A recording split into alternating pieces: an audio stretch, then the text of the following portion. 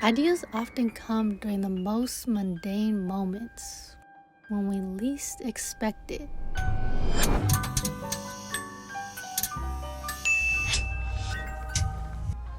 I just got an idea. But now what? How do I get the idea that's up here to fruition? Let's talk about it. You're probably wondering, now that I have the idea, where do I start? In this video, we're gonna go step by step from pre-planning to shooting and what to shoot with and post-production with some tips and tricks in between. Let's go. Idea dump. Not that dump. What I mean is, write it all out. The power of pen to paper just does something. It could be different for everyone, but when I'm writing on a paper with a pen, my ideas just naturally flow in. That's why it's kind of chicken scratch. Like, what was I writing? I mean, look at this. But look, not all ideas are great ideas. But remember, it's okay. Say you want to skip all that scribble scrabble, totally fine. Now I'm going to show you how I type up my ideas into a shot list format. That way I have an idea of what it is that I want to film. Once you've gotten all your ideas on a paper or page, now what? Well, script development. Have a good enough-ish script, something you could go off of or bounce off of. So take this video for example. I went from this, writing it all down, chicken scratch, to this, typing it out, to planning my shots, to breaking it up into scenes. Anyway, time has passed, we're here. Oftentimes when we have an idea, we usually don't execute it because we don't have a game plan. Look, it'll look very overwhelming. This is kind of my shot list for when going into productions. So I create a table on Google Docs and I just put 3 columns, which is shot number, action plus a script, and then shot size plus movement. This gives me a good idea of what it is that I want to shoot when I'm on location. Having just a rough idea of what it is that you want to film, your scripts, and everything like that is super helpful. I'm saying all these things, right? But we're barely scratching the surface. I think what it really takes is just practicing any chance you get with what it is that you have. And I think setting your intentions with what it is that you want to create or your goals this year will really help you execute the ideas that you have. Set your intentions this year, right? And be clear with what it is that you want for yourself or where you see yourself going or your goals that you want to accomplish.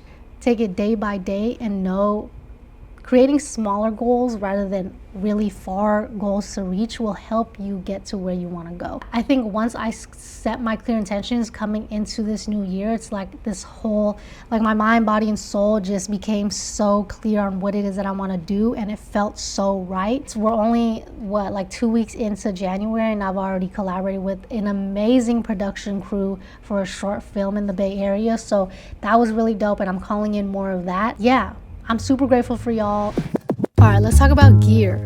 First and foremost, work with what you currently have. It's best practices to get familiar with what you know of, then graduate to the next big thing when you continue improving your craft. First, camera. We already know phones nowadays are top notch and good enough quality. So start with it if you don't have a camera. But nonetheless, of course, we need something to shoot with. If you're filming on an iPhone, here's a way you can get the highest quality. Go to your settings and then to camera settings and make sure your camera settings are set to 4K at whatever FPS you prefer. Okay, let's talk about lenses if you're filming with a camera. A great piece of lens to invest in if you were only to get one is a zoom lens. Either a 16-35 for vlog style to get that wider range or 24-70. Either way, you can't go wrong. Now audio. It is just as important as a visual component in any video. Some options are the Rode Wireless Go, which I use pretty often, the DJI wireless mic, or the Ceremonic, which is a little less pricier.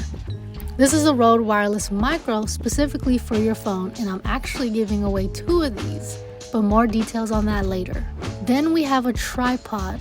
Of course, especially when filming alone, it's important to have a tripod on standby to be able to get stable, static shots of yourself.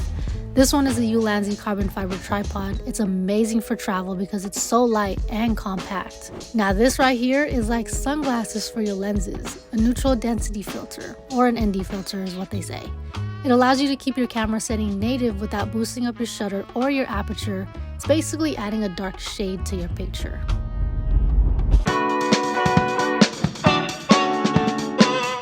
You have the idea, you wrote it down or you typed it out, you got your gear, you shot it, now what? I'm gonna give you some quick tips for post-production.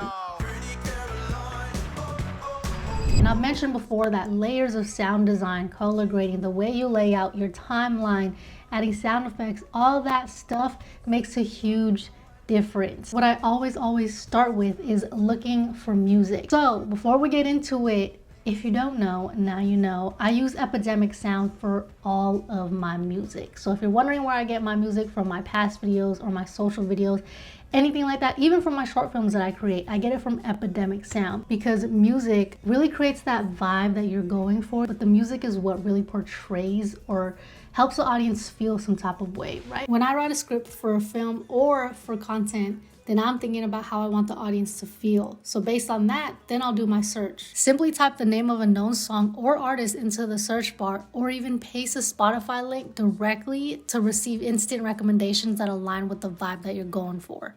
Aside from music, sound effects like the ambiance or transitions can really help bring your video to the next level. So with over 250,000 Hollywood-grade sound effects, vocal, and instrumental tracks from the world's top sound designers, we all now have a complete storytelling toolkit in one seamless platform. I edit a lot of my videos using stems of the songs that I download from here, meaning the vocals are separate, the drums are separate, the bass is separate, the instrumentals, they're all on different layers. That way I'm able to bring in the vocals when I want to, and then fade it out when I start talking on camera. Now, I didn't mean to gatekeep, but there you have it. So shout out to Epidemic Sound for sponsoring this video. If you could feel it, you could definitely find it on there. So click the link in the description below to soundtrack your content now.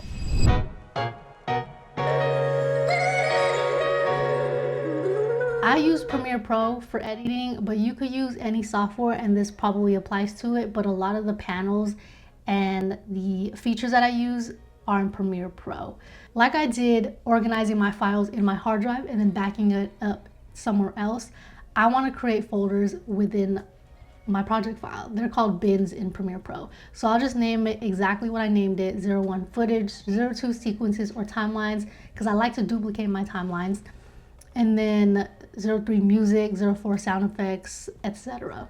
The tools in Premiere Pro are super helpful, especially if you're just starting out, right? So one panel I always use is the sound panel. So say I have my music already laid here. I could add reverb. I could have it pan from left speaker to right speaker. I could have it coming from a distance.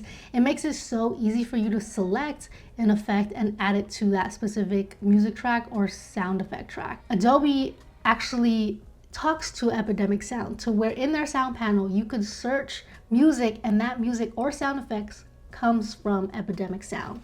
Next, hotkeys. Okay, so keyboard preferences. When you're editing, this is what really helps with editing efficiently, but if you're just starting out, just take it easy and slow. Start with Q and W. Q trims off everything before the playhead, and then W trims off anything after the playhead. So if you're going through footage, it makes it super quick. You just got your two fingers on Q and W, boop, boop, bap, that's it. In and out points in your viewer window makes it easy as well. So say you wanted to view one of your clips, double click that, it goes into the source window. You're viewing it and you just want one part of your video, just hit I to start the in point. That's where, and then scrub, this is where you want to end it, hit O, and then you drag that clip onto your timeline, and just what you had selected with your in and out points, that is what it will be, instead of sitting there dragging to your timeline, cutting this part out, going there. Very efficient. Now, Lumetri. I'm not gonna go into color grading, but I suggest if you are just starting out to play with these LUTs that Premiere Pro already has, and then start to kind of tweak it yourself, going into the curves or the shadows, the highlights, and then really just messing with it. That's how you start to learn and develop your eye and learn how to read the scopes. Find the story in the edit sometimes, right? And how I find it, I could have such a rough idea of how I want it to be edited, but once I get into post-production and I start to add music and sound effects and transitions or graphics, that's when I start to feel like, oh, okay, like this could be moved here, this could be here. Make sure not to put too much pressure on what the final outcome is supposed to be in the beginning. Allow yourself the flexibility to move and pivot your idea, because it might turn out better than what you have if you locked an idea of what it's supposed to be in the beginning. All right, y'all. I know this was a lot, but we're back. We here. I'm gonna be here and there, and I'm posting some behind the scenes and stuff of what I'm working on my Instagram. Thank you for watching this video. If you are new here, my name is Desiree Lacap, aka Lacapture.